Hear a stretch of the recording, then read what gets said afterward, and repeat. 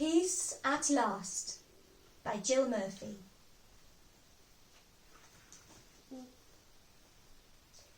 The hour was late.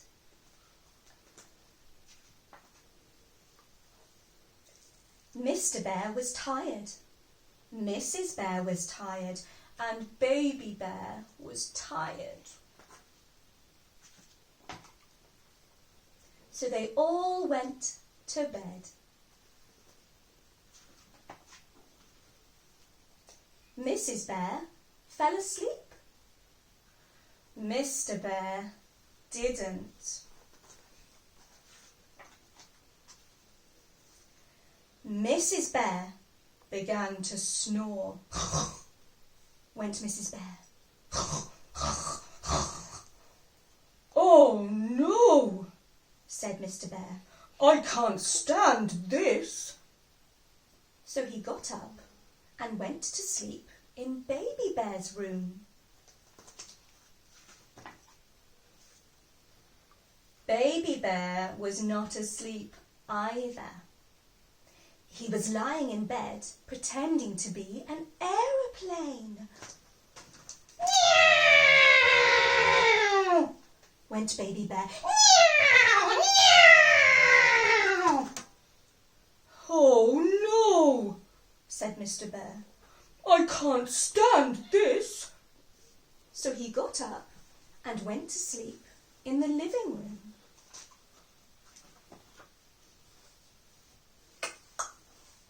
Went the living room clock.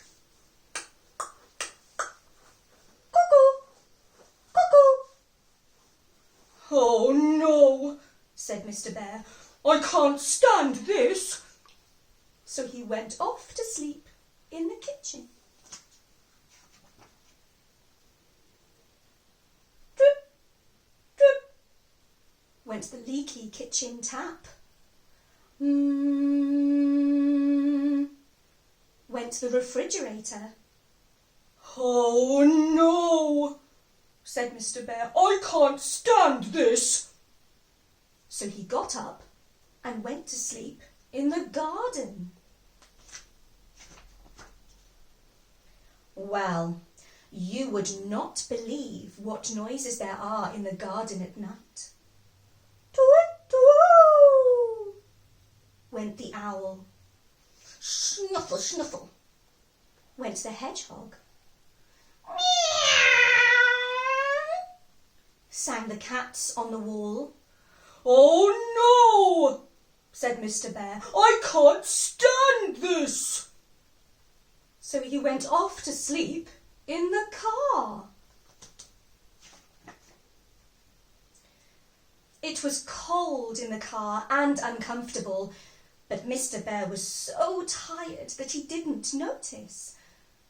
He was just falling asleep when all the birds started to sing and the sun peeped in at the window. "Tweet, tweet," went the birds. "Shine, shine," went the sun. "Oh no," said Mr. Bear. "I can't stand this." So he got up and went back into the house. In the house, Baby Bear was fast asleep, and Mrs. Bear had turned over and wasn't snoring anymore. Mr. Bear got into bed and closed his eyes. "Peace at last," he said to himself.